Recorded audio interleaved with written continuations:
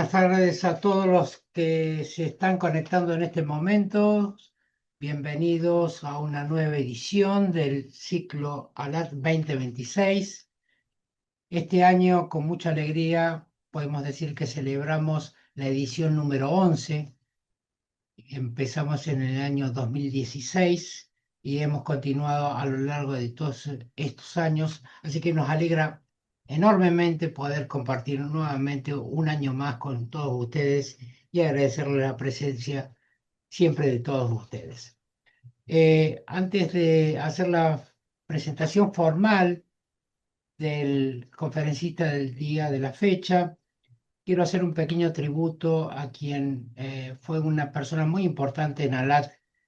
Lamentablemente, el señor Daniel Pereira falleció recientemente. Daniel Pereira fue durante muchos años el webmaster de ALAT y Daniel fue una pieza clave en el desarrollo y crecimiento de nuestra presencia digital, trabajando siempre con compromiso, responsabilidad y enorme vocación de servicio. Su aporte silencioso pero fundamental dejó una huella imborrable en mi trabajo a lo largo de estos años. Quiero en este momento acompañar a toda la familia y a sus seres queridos en este difícil momento y que esto sirva como un pequeño tributo a un gran colaborador como fue Daniel Pereira durante estos años. Bueno, ahora sí, permítame que haga la presentación oficial y formal del conferencista del día de la fecha, una persona que no necesita muchas presentaciones porque la mayoría de ustedes lo conocen, pero su currículum sí merece ser destacado y he preparado una pequeña introducción que creo que va a ser importante que ustedes la conozcan. Es para mí un honor presentar al doctor Fernando Gutiérrez, profesor de radiología del Mallinckrodt Institute of Radiology, asociado a la Washington University en St. Louis, Missouri, donde ha sido miembro de la sección de imágenes cardiotorácicas durante más de 4 décadas y una figura central en la docencia, la investigación y la proyección académica internacional de la institución. Nacido en Cuba, el doctor Gutiérrez emigró a los Estados Unidos a los 13 años junto a su familia y realizó los estudios de medicina en la Universidad de Valladolid, en España. Completó su residencia en radiología en Puerto Rico y posteriormente realizó un fellowship en imágenes cardiotorácicas en el Mallinckrodt Institute of Radiology en el año 1978, donde se incorporó a la institución después de haber hecho el fellowship, iniciando una trayectoria académica continua y ejemplar. Cuenta con más de 40 años de experiencia en la formación de residentes y fellows, habiendo participado directamente en el entrenamiento de más de 600 médicos. Muchos de ellos son en la actualidad grandes profesores de radiología. Cabe mencionar algunos de ellos, como por ejemplo la doctora Cookie Menias, quien es editora en jefa de Radiographics, el doctor Sanjeev Bala, radiólogo torácico mundialmente reconocido y muy querido y admirado en Latinoamérica, o la doctora Pamela Goddard, quien en la actualidad es la directora del Mallinckrodt Institute of Radiology. El doctor Gutiérrez es autor de 118 publicaciones indexadas, editor de 3 libros de radiología y autor o coautor de 12 capítulos de libro. Ha sido conferencista, invitado en más de 100 reuniones científicas internacionales en 22 diferentes países. Ha recibido numerosos reconocimientos nacionales e internacionales por su excelencia docente y su servicio académico, incluyendo la medalla de oro otorgada en el año 2014 por la Sociedad Argentina de Radiología y Federación Argentina de Radiología. Desde los finales de la década de 1990, el doctor Gutiérrez ha desempeñado un rol clave en la proyección académica internacional del MIR, particularmente en América Latina. Convencido de que la excelencia académica debía trascender fronteras, impulsó activamente redes de cooperación con sociedades científicas y programas de formación de la región. A lo largo de más de 2 décadas, lideró y coordinó la participación de equipos multidisciplinarios del MIR como conferencista invitado en congresos internacionales, particularmente en Latinoamérica. Paralelamente, ha sido un actor fundamental en la formación de recursos humanos internacionales, facilitando rotaciones clínicas y académicas y programas de entrenamientos avanzados para residentes y radiólogos jóvenes de múltiples países de América Latina, contribuyendo de esta manera en forma sostenida al desarrollo de la radiología y a la formación de líderes académicos en la región. Fue fundamental en la formación de múltiples radiólogos, no solo en Estados Unidos, sino también en Latinoamérica, Caribe y España. Un verdadero maestro de maestros. En el ámbito latinoamericano, el doctor Gutiérrez tuvo un rol fundacional y estratégico dentro de la Asociación Latinoamericana de Tórax, ALAT. En el año 2015 fue elegido y designado como el primer director del Departamento de Imágenes de ALAT y a partir del año 2016 impulsó y facilitó la creación y puesta en marcha del programa de webinars de ALAT, iniciativa que se consolidó a lo largo de los años. También fue el creador del ciclo STR in Spanish de la Society of Thoracic Radiology durante 4 años, siendo moderador desde el año 2021 al 2024 inclusive, oportunidad en la que tuve el honor de acompañarlo como comoderador. Reconocido por colegas y exalumnos como un mentor académico de referencia, el doctor Gutiérrez ha actuado como un verdadero embajador institucional, dejando una huella duradera a través de generaciones de radiólogos que hoy ocupan posiciones de liderazgo académico y profesional en múltiples países. Acuñó múltiples frases célebres, entre las que podemos mencionar una de mis favoritas. Un gran maestro puede enseñar a cualquier persona en cualquier idioma. Es para nosotros un verdadero privilegio contar con la participación del doctor Fernando Gutiérrez, quien hoy nos hablará acerca de las lesiones precursoras del adenocarcinoma pulmonar. Doctor Gutiérrez, bienvenido una vez más y adelante, este es su foro y todo el mundo los escucha. Muchas gracias, Carlos, por unas palabras tan lindas y no bien merecidas. Eh, Les cuento, primero que nada, les quiero contar de Carlos. Carlos y yo llevamos trabajando más de 15 años, somos grandes amigos. Eh, Carlos yo lo considero el maestro de maestros. Si hay una persona en el mundo de la radiología hispanoamericana, abnegada, y lo hace por puro altruismo. Es una persona que no tiene interés personal ninguno. Una dedicación increíble es Carlos. Así es que, Carlos, gracias por tan lindas palabras. Y ya se lo contaré a mi esposa para que se sienta orgullosa de mí. Eh, entonces, el tema de hoy va a ser lesiones precursoras del adenocarcinoma de pulmón.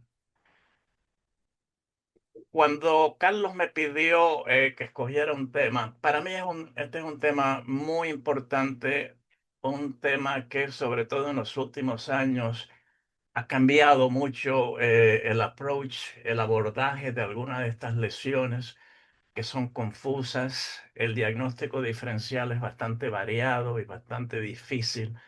Así es que lo que quiero hacer es utilizar la próxima media hora y vamos a ir despacito hablando de los conceptos importantes que tenemos que tener nosotros los radiólogos, no solamente los radiólogos torácicos, sino además los radiólogos generales, de cuál es la enfermedad, qué es lo que tenemos que buscar, qué es lo que significa, cómo lo reportamos, cómo tenemos que interactuar nosotros con los demás médicos, tanto el médico de cabecera como el neumólogo, el radioterapeuta, el cirujano, etcétera. Así es que si me acompañan, vamos a utilizar la próxima media hora en esto. En primer lugar, también quiero hacer eco de las palabras de Carlos, del doctor Previgliano, a Daniel Pereira. Daniel Pereira fue una persona muy clave en en el establecimiento de lo que es hoy en día el Departamento de Imágenes de ALAT. Yo me acuerdo que cuando a mí me nombraron que fuera el director, yo fui personalmente a Montevideo, Uruguay. Me reuní con Daniel porque el problema que existía era que la jerarquía de ALAT no podía creer que el departamento de Carlos ofreciera este ciclo de conferencias de gratis. Ellos pensaban que había algo que nosotros íbamos a cobrar, etcétera. Y entonces hablé con Daniel y Daniel los convenció de que de hecho era una actividad gratuita y ahí se establece entonces el departamento de imágenes. No solamente eso, sino que además Daniel me ayudó mucho en distintos países de Centro, Suramérica y del Caribe de tener el respaldo de ALAT en algunas de las conferencias, algunos de los profesores que asistían. Así es que, de nuevo, mis más sinceras condolencias. No tengo ningún conflicto de interés en esta charla. Lo que tengo que comunicarles es que algunos de los diagramas que van a ver son cortesía del doctor Cody Turnbull, el cual fue un fellow nuestro el año pasado, y están basados en un trabajo que él presentó a la revista AJR. Objetivos de mi charla. Tres puntos importantísimos. En primer lugar, describir lo que es el adenocarcinoma del pulmón y cómo progresa, hay una progresión de las etapas tempranas, cómo se diferencia esta progresión a las fases más avanzadas de la enfermedad. Entonces también le quiero hacer hincapié en muchos de los problemas que tenemos en las imágenes. ¿Qué representan las imágenes? ¿En qué etapa le estamos viendo? ¿Cómo los vamos a informar? Etcétera. Sobre todo hoy en día que estos desafíos ocurren porque estamos haciendo más tomografía computarizada del pulmón, sobre todo en el screening, en el rastreo del cáncer pulmonar, donde vamos a ver una serie de nódulos pulmonares que los atajamos y cómo los vamos a describir.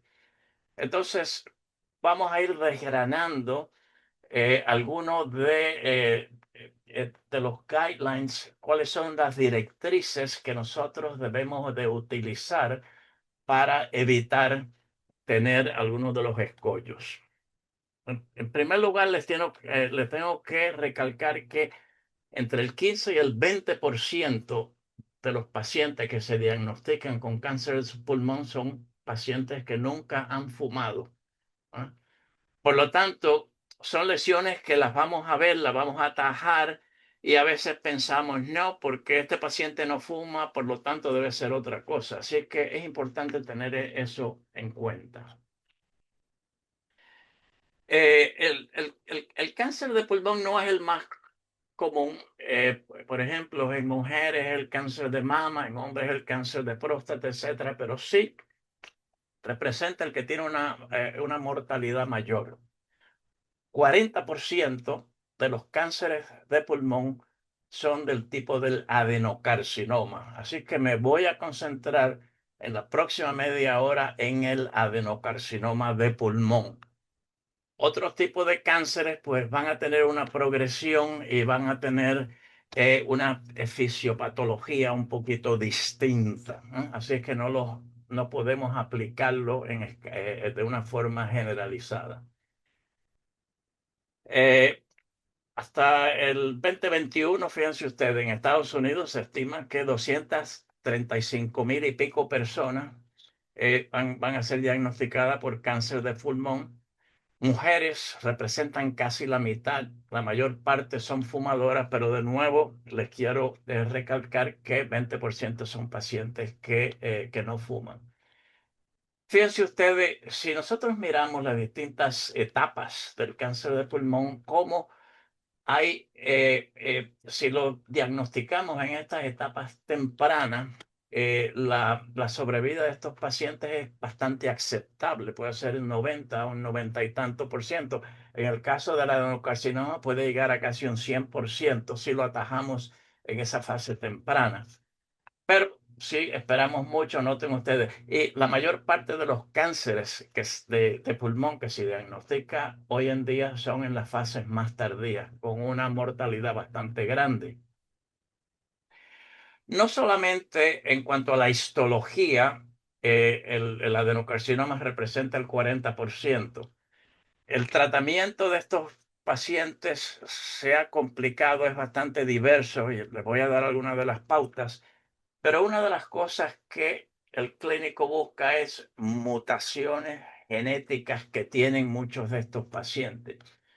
Aquí están algunas de las mutaciones más comunes. EGFR, de las distintas variantes y sobre todo del CRAS. ¿Qué quiere decir? Que son mutaciones que permiten la proliferación de este tipo de cáncer dentro del parénquima pulmonar. Existen otras muchas, pero esto le permite al clínico hacer un tratamiento más dedicado, un tratamiento que es mucho más efectivo.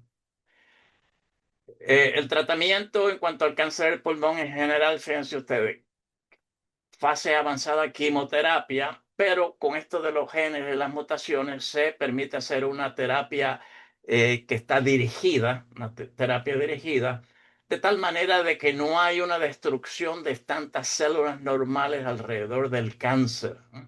Y esto permite, como les decía, hacer una terapia más dirigida. Cirugía. Si lo atajamos en estas fases tempranas, esto va a permitir que la resección sea una resección en cuña, segmento, más avanzada ya estamos hablando de una lobectomía o una neumectomía. Así que la idea es atajarla en la fase temprana, ya que se le puede hacer una resección más limitada, sobre todo en pacientes que tienen enfisema y que no tienen una reserva pulmonar adecuada. Cirugía, inmunoterapia, y hay otro método el cual está teniendo cada día más uso en estos pacientes y es lo que se llama la radioterapia de tipo estereotáctica. Las siglas en inglés son SBRT, de tal manera que se está aplicando una dosis mucho mayor a un área mucho más pequeña sin dañar el tejido celular que no está involucrado. Le estoy diciendo esto, lo que le quiero decir es que y nosotros, por ejemplo, hoy día miércoles a las 5:15 de la tarde tiene lugar una conferencia conjunta que tenemos en nuestro departamento, es de varios departamentos, donde no solamente está el radiólogo, está el radioterapeuta, está el cirujano torácico, está el neumólogo y está el oncólogo. Entonces nosotros como radiólogos tenemos que aprender a utilizar este lenguaje y aprender a utilizar o a entender cuáles son las opciones que tienen estos clínicos para aplicarlos en un paciente determinado. Así que sin entrar en mucho detalle, es importante para nosotros hablar el mismo idioma de manera de tener una comunicación con todos estos clínicos. En cuanto a las características de genómicas, fíjense ustedes que, y les voy a decir lo que es un patrón de crecimiento lipídico, tienen una prevalencia más alta de estos dos tipos de mutaciones genéticas, EGFR, de las distintas variantes, así como del CRAS. Esto le ayuda al clínico de poder determinar, bueno, según las mutaciones, etcétera. Y esto se utiliza en los casos más avanzados. Si le vamos a dar quimioterapia, vamos a hacerlo de una manera dirigida. Así es que en esta clínica que le decía, en esta reunión que tenemos todos los miércoles, donde se barajan todas estas posibilidades, y es importante aprender de lo que nos está hablando el clínico. En cuanto a los subtipos histológicos, las variantes histológicas del adenocarcinoma, les quiero introducir una serie de términos, ¿eh? Y estas son las siglas. AAHH en inglés, que significa hiperplasia adenomatosa atípica. Esta es la fase más temprana de la enfermedad. En segundo lugar, un poquito más avanzada, es lo que se llama el carcinoma, adenocarcinoma in situ. Las siglas son AIS. Es lo que antes se conocía como el bronchoalveolar cell carcinoma, carcinoma de células broncoalveolares, un poquito más avanzada, MIA, que adenocarcinoma mínimamente invasivo, minimally invasive adenocarcinoma, y finalmente cuando tenemos un carcinoma de tipo invasivo. Así que estas son las distintas fases. Importante, y esto, alguien me hizo una pregunta, yo creo que fue el doctor Andrel, me hizo la pregunta de cuál es la sobrevida en estos pacientes, sobre todo en las primeras 3 etapas. Si se tratan, sobre todo con cirugía, o se pueden tratar también con radioterapia, pueden tener una sobrevida libre de enfermedad de casi o de un 100%. Así es que muy importante atajarlas, identificarlas en esa fase temprana. En las fases un poquito más avanzadas, el patólogo entonces lo tiene que subclasificar en 5 tipos: lepídico, acinar, papilar, micropapilar y sólido. A medida que vamos bajando, fíjense ustedes que hay una progresión y hay una disminución de la sobrevida de estos pacientes. O sea que el clínico, el radiólogo y el patólogo hacen una especie de consorcio donde se llega a un consenso general de cuál es la enfermedad de estos pacientes y cómo se va a tratar. Vamos a empezar por el concepto de el crecimiento lepídico.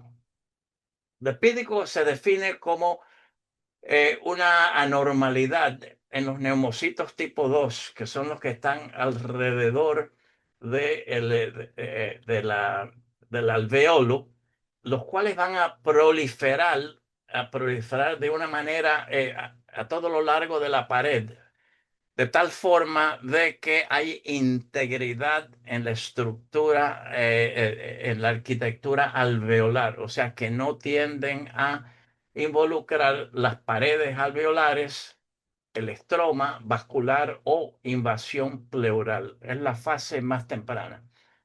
Este es un término que se establece a partir del estudio del doctor John George Adami.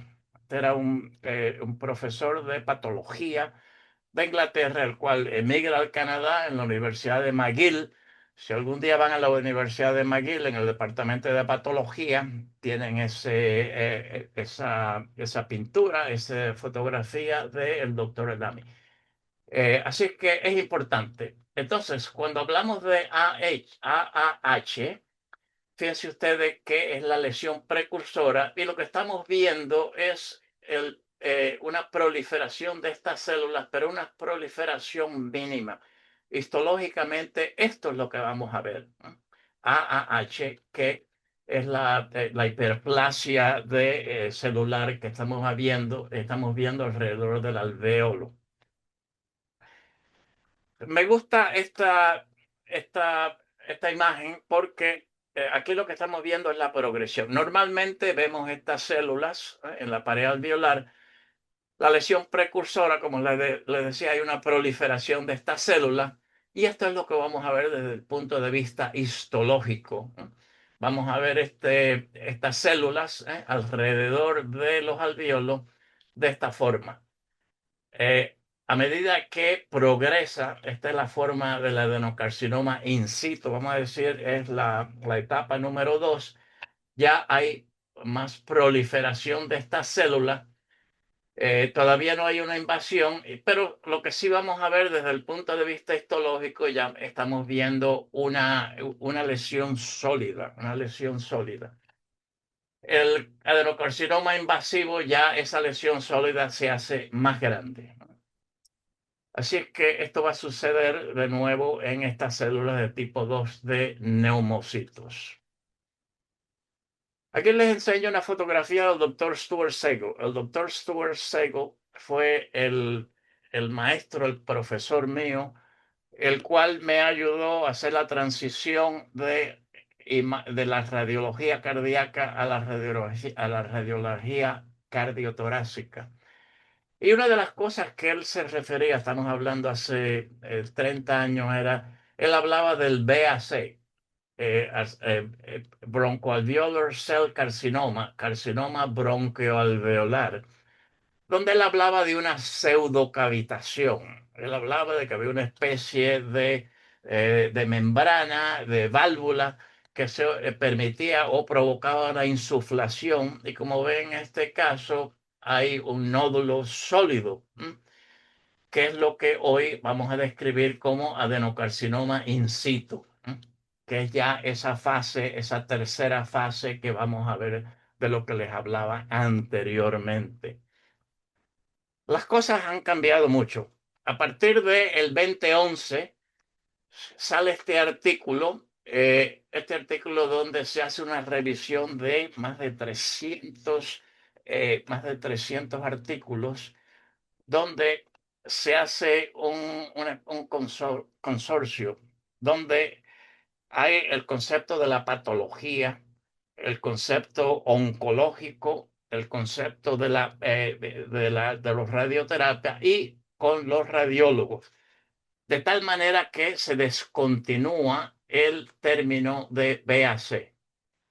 Y entonces aquí empezamos a hablar de la variante lipídica, que era lo que antes se llamaba el adenocarcinoma no mucinoso. Y entonces ya se le empieza a hacer énfasis a la alteración genética, EGFR, ALK, etcétera, de tal manera de beneficiar esta terapia dirigida.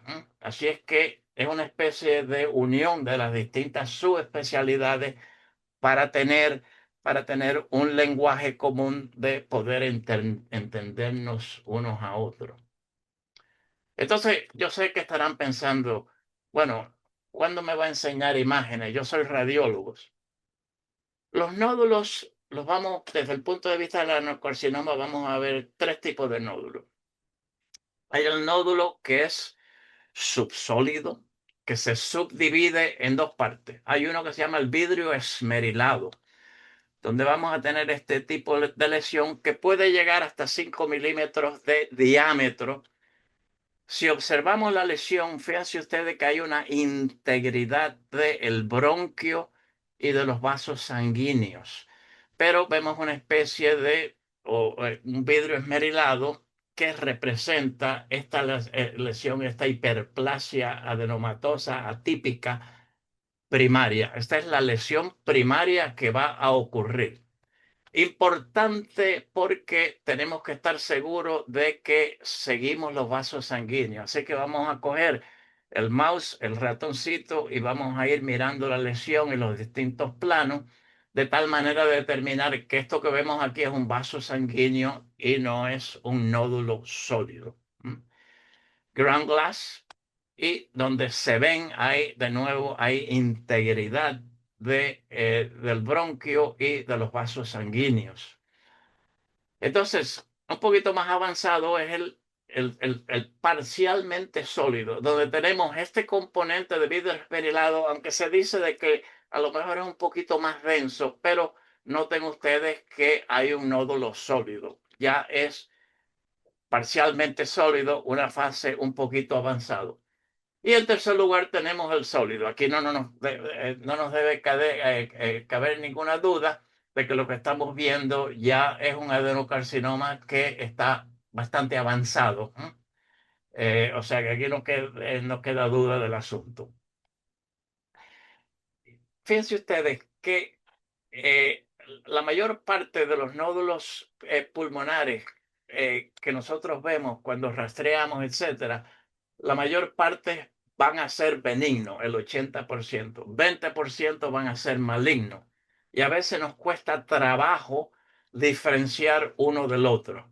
Así es que es importante. La otra cosa es que los patólogos durante muchos años nos decían, bueno, a este paciente que se le hizo una resección del pulmón por un cáncer, ellos han visto que estas lesiones subsólidas de AAH o de hiperplasia adenomatosa las veían con frecuencia en el parénquima adyacente. O sea que hay una convivencia entre los cánceres y estas formas tempranas. Clasificación. AAH, hiperplasia adenomatosa, pueden llegar este vidrio esmerilado para nosotros radiólogos hasta 5 milímetros. La siguiente, adenocarcinoma en situ, es la misma, el mismo tipo de lesión de vidrio esmerilado, pero que puede llegar hasta 3 centímetros, ¿no? Aunque, dos cosas. A veces se cavitan, que era lo que el doctor Segel hablaba de la pseudocavitación, o muchas veces tienen, si les medimos la atenuación, es un poquito más densa que la primera fase. Y aquí es ya donde aparece el nódulo sólido y se dice que hasta 5 milímetros de nódulo sólido. Pero ojo, yo les voy a hacer notar que a veces ver el nódulo sólido tiene muchos problemas y se los voy a contar a continuación. Entonces ya la forma invasiva, ¿verdad? En cuanto al patólogo, entonces en esta forma invasiva ya entonces habla del predominio de distintas células, etcétera. Ya nosotros no tenemos que ver con eso. Pero yo creo que en la forma invasiva no hay ningún problema. Aquí es donde vienen los problemas. Entonces, es una forma, en el 2015 la Organización Mundial de la Salud adoptó lo que se llama la teoría de la continuidad de los adenocarcinomas y es lo que le estoy tratando de explicar, cómo estas lesiones va pasando de una forma a la otra desde el punto de vista de la imagen. Otros cánceres tienen otras formas de desarrollarse y no siguen este tipo de continuidad que es el adenocarcinoma. Así es que ojo con eso.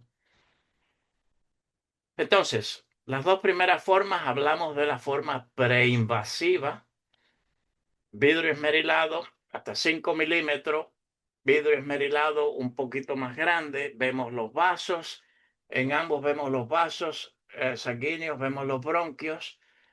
Y entonces ya cuando aparece el nódulo hablamos de la forma invasiva, in situ, y ya la forma francamente invasiva. Estas tres, si se tratan de una forma adecuada, preferiblemente por cirugía, tienen una sobrevida de un 100% casi.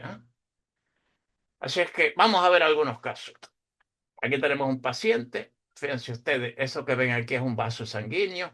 No sé si pueden ver los bronquios, ¿no? Menos de 5 milímetros. Quiere decir que esta es la forma primaria de la hiperplasia adenomatosa alveolar. Este se parece mucho. Vemos el vaso, vemos los bronquios, pero es un poquito más grande. Así que esta sería una variante in situ. Ya aquí, fíjense ustedes que alrededor vemos el vidrio esmerilado, etcétera, pero ya tenemos una parte central que es sólida. Ya esta es un poquito más avanzada. Aquí tenemos otras formas, es lo mismo. Lo que quiero que vean, número uno, que el PET no nos ayuda mucho, sobre todo en estas formas tempranas. Fíjense ustedes que no hay un aumento de la capsación. Así que estas son las formas subsólidas. Vamos a ver. Aquí radica un problema importantísimo. Muchas veces es que no es que vamos a ver una, sino que vamos a ver en el mismo paciente dos, tres y hasta cuatro lesiones. Entonces, ¿qué hacemos? Vamos a ver este paciente. Lesiones múltiples. Aquí tienen una. Esta es de las fases tempranas. Bronquio, vemos los vasos, vidrio esmerilado. Una más pequeñita. ¿Ah? Eh, Aquí tienen otra, aún más pequeñita, o sea que estas son preinvasivas, pero fíjense ustedes cómo en el lóbulo inferior izquierdo hay por lo menos tres que ya tienen, es una forma más avanzada, donde ya se ve un componente. Y fíjense que lo difícil que es medir el componente sólido, o sea, es bastante, está infiltrado, entonces, ¿cómo medimos eso? Pero a primera vista ya sabemos que por lo menos estas dos es una imagen que es de tipo invasivo. Las demás, esta es, no sé, esta es casi invasiva. Las recomendaciones que a veces se hacen, que buscamos en los libros, el Fleischner Society y eso, le dicen de cuando se mide la parte central, la parte sólida, y a mí no me ayuda mucho, pero tenemos que pensar, bueno, de hecho ya es más avanzada que las otras. Entonces, el problema que surge con nuestro paciente es cómo lo vamos a tratar. Le resecamos el lóbulo inferior izquierdo y entonces, ¿qué hacemos con estas lesiones preinvasivas o precursoras? ¿Las seguimos o una de las opciones es, se le puede dar tratamiento con la radiación estereotáctica? Y aquí es donde surgen las distintas opciones que tienen los clínicos a este tipo de enfermedad. Aquí les enseño algunos objetos que todos ustedes son familiares en cuanto al tamaño. El borrador de un lápiz mide 5 milímetros. El cereal fíjense ustedes, es 1 milímetro. Una moneda de 1 centavo, un penny, en la moneda americana mide 2 centímetros y una bola de golf 4 centímetros. Cualquier lesión que estén aquí a este nivel es donde aunque tenga un componente aparentemente sólido, no, el PET no los va a ayudar mucho. A mí el PET en general no me ayuda mucho en cuanto a los nódulos. Les ayuda en cuanto, si al paciente se le va a hacer cirugía, los va a ayudar en cuanto a la determinación si el paciente tiene o no adenopatía o tiene algún involucro de alguno de los órganos sólidos a distancia. En eso sí te ayuda el PET. Normalmente se utiliza el gallium 18 FDG PET, pero hay hay uno nuevo que se llama el galio 68 FAPI 46, que lo que determina es la activación de una proteína de los fibroblastos. Entonces, hay ciertas células cancerosas que tienen esta proteína y entonces esto ayuda a resaltar o aumentar la captación. Yo no soy experto en medicina nuclear y tengo poco conocimiento de esto, excepto lo que le puedo decir es que fíjense ustedes que en este estudio, por ejemplo, este es el blood pool, lo normal, y fíjense ustedes cómo en el cáncer de pulmón puede tener un SV de hasta 15 unidades. En otros tipos de cáncer no te ayudan tanto, en otros les ayudan, pero es una opción que puede haber para el futuro. Vamos a ver un caso. Este es un paciente, fíjense ustedes, si esto es una pulmonía, etcétera. Entonces, se le hace, aquí tienen en el PET, fíjense ustedes, en el PET tiene aumento de la captación. Entonces el problema que surge a veces es si, por ejemplo, es un paciente que tiene un primario, digamos, de otro órgano, si lo que estamos viendo es una metástasis a un primario, entonces aquí es donde la inmunohistoquímica le ayuda al al patólogo a determinar si es primario de pulmón. Este tipo de inmunohistoquímica también se utiliza para el cáncer, puede ser positiva en el cáncer de tiroides. O sea que son opciones que también tiene el patólogo. De todas maneras, ahí tenemos la lesión. Se le hace una biopsia. Aquí tenemos el estudio y entonces un adenocarcinoma bien diferenciado. Entonces dice que aunque tenía un crecimiento predominantemente lipídico, no puede excluir la posibilidad de que haya una invasión debido al espécimen, etcétera. O sea que el patólogo también tiene, o sea que la patología no es perfecta, también tiene sus problemas, ¿eh? Y aquí son pacientes donde se le determina, bueno, a este paciente, pues le vamos a hacer en vez de hacerle una segmentectomía, se le hace una lobectomía, etcétera. Otro paciente.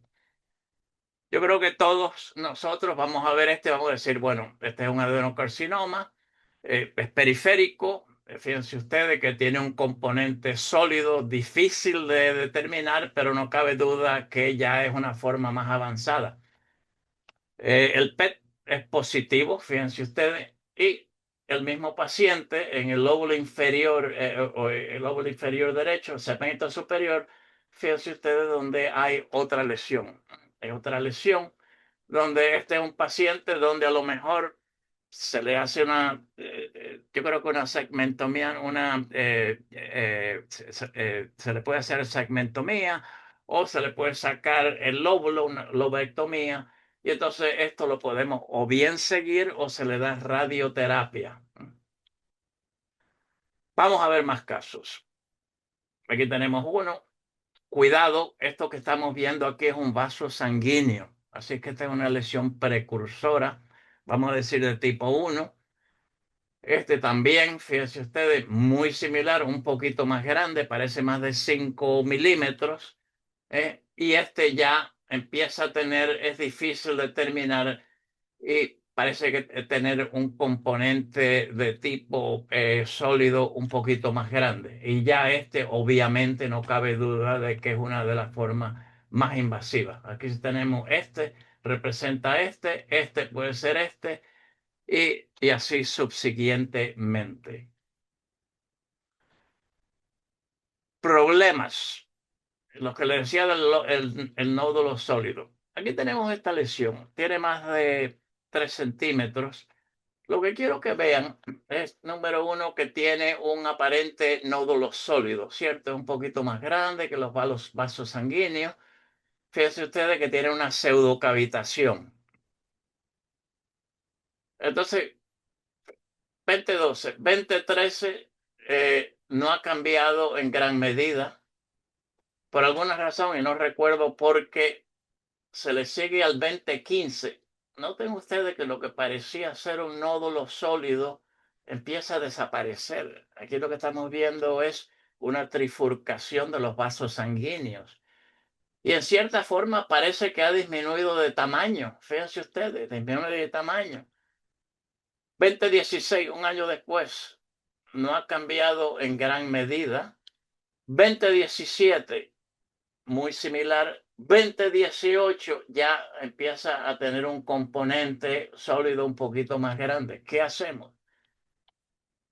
2019, estamos hablando de 7 años, ya obviamente ya es una forma más invasiva.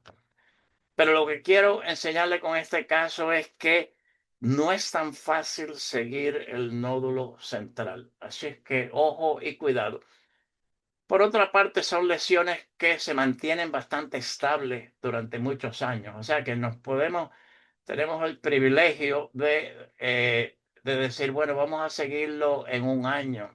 Por alguna razón, Todas las recomendaciones dicen 3, 6 o 12. ¿Por qué 3 y por qué 6? ¿Y por qué no 8 o 4? Entonces, al clínico hay que darle un poquito de elasticidad en el sentido de que no podemos decir 3 meses, vamos a decir, vamos a traerlo entre 4 y 6 meses. Entonces, dependiendo si es un cirujano torácico, etcétera, ellos van a hacer la decisión. Pero ahí tienen el problema de que nos afrontamos. Se le hace una biopsia al paciente, adenocarcinoma lepídico sin invasión. O sea que a pesar de que tenía ese nódulo que puede ser más de 3 milímetros, lo que sea, todavía no tenía invasión en un paciente que hemos esperado 7 años. Aquí tenemos otro caso. Yo creo que todos ustedes van a decir, bueno, aquí tenemos un, una forma mínimamente invasiva, ¿cierto? Muy bien. Miren lo que pasa. 6 meses después, como que esta lesión central, como empieza a desaparecer. Y 9 meses después, fíjense ustedes, donde ya no es tan obvia. O sea que, y esto yo lo he encontrado con frecuencia, y yo no sé por qué ocurre esto, si es que hay el mecanismo ese de válvula, es líquido que se acumula o material que se acumula dentro de la vía aérea, pero no es, o sea, no es una indicación a rajatabla, ¿no? Así es que el tipo de lesión, yo creo que no, el tamaño de la lesión, pero cómo está, cómo reacciona o cómo se desarrolla el nódulo sólido es muy variable. Así es que, ojo. Esto es lo que el doctor Seigel hablaba de la pseudocavitación. Fíjense ustedes, una pseudocavitación. Ah, ahí tiene un nódulo sólido, ¿cierto? Muy bien, vamos a seguirlo. Esperamos 9 meses, ese nódulo desapareció. ¿Qué pasó con el nódulo? Yo no sé. Lo que sí ha ocurrido es que ya hay una corteza de sustancia o de tejido sólido, donde ya podemos estar seguros que esta es una lesión de tipo invasiva.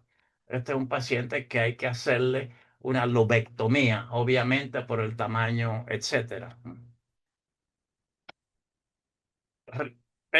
Volviendo a las recomendaciones, fíjense ustedes, Fleischner Society. Yo lo que digo es que la sociedad Fleischner era una sociedad, y Carlos a lo mejor se acuerda, era una sociedad de individuos y era una sociedad muy cerrada. Y aún todavía los que quedan son unos viejitos que se reúnen una vez al año y hacen una serie de recomendaciones. A lo mejor están utilizando algunos de los criterios del doctor Seigel, no sé. Pero tengan cuidado, las recomendaciones de ellos y de Long Rats van a ser distintas. Así es que lo pueden utilizar como una especie de recomendación general, pero tengan cuidado, traten de utilizar la cabeza, lo que pueden haber aprendido en esta charla para determinar lo que ustedes quieren hacer. Así es que cuidado con eso, que no son recomendaciones estrictas. Esa era la parte fácil. Aquí viene la parte difícil. Diagnóstico diferencial. Hay otras lesiones. La mayor parte de estas lesiones de vidrio esmerilados no son cánceres. Van a ser otra cosa. Infecciones. Fíjense ustedes lo mucho que se parece a algunas de las lesiones que les he enseñado en la tarde de hoy. Obviamente, este es un paciente que tiene enfisema, si el paciente clínicamente tiene una pulmonía. Por eso es buena idea hacerle un seguimiento de varios meses, ya que son lesiones que son relativamente estables, aunque sean malignas, pero no van a cambiar mucho. Fibrosis focal, que puede ser lineal, o pueden ser como esta. Fíjense ustedes, linfoma, neumonía organizada. Miren ustedes, el signo del atolón, un infarto pulmonar. Fíjense ustedes, Miren lo mucho que se parece esta lesión, por ejemplo, a esta o esta. Así es que cuidado, antes de abrir la boca y decir que eso es cáncer, mirar el expediente del paciente, ver exactamente qué es lo que está ocurriendo con el paciente. El seguimiento debe ser a largo plazo. Este parece una lesión AAH, fíjense ustedes, lo seguimos 2 años después, noten ustedes cómo desaparece. Era un problema inflamatorio, se curó, ningún problema. Aquí tenemos otro paciente, un paciente con Sjögren's, y tenía una neumonía intersticial linfoide, LIP.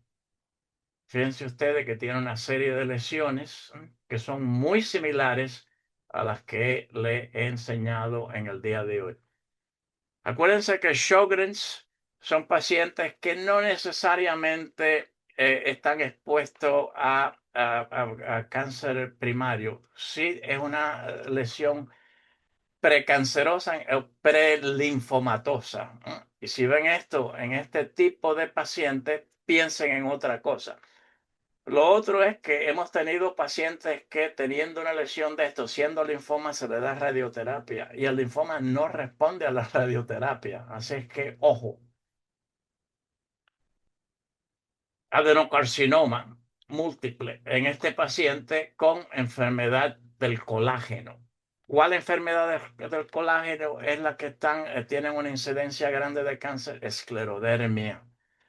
O sea, si el paciente tiene esclerodermia y tiene este tipo de lesión, sí hay que cogerlo más en serio, ¿no? Y a lo mejor hacerle una biopsia.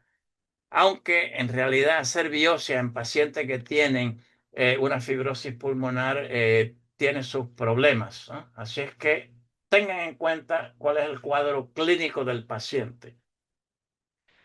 Entonces, el manejo.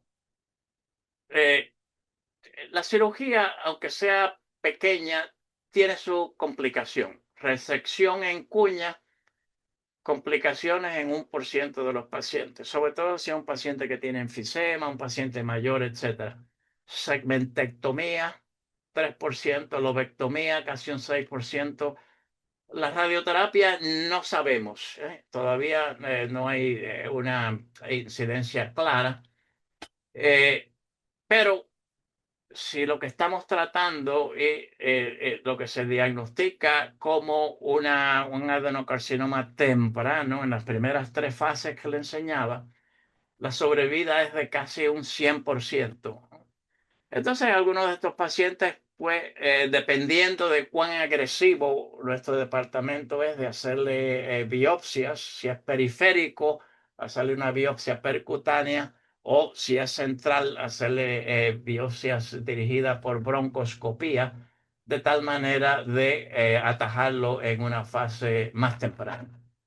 Así es que en resumen, y he tratado de ir despacio, 3 tipos de lesiones: vidrio esmerilado, sólido o subsólido o parcialmente sólido.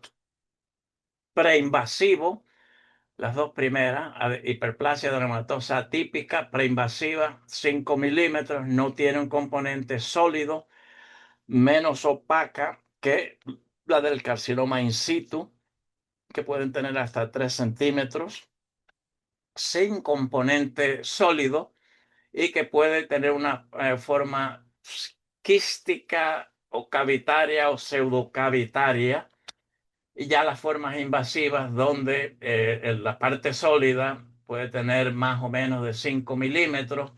De nuevo, difícil de medir la parte sólida, que tiene una serie de problemas de que he tratado de ilustrar.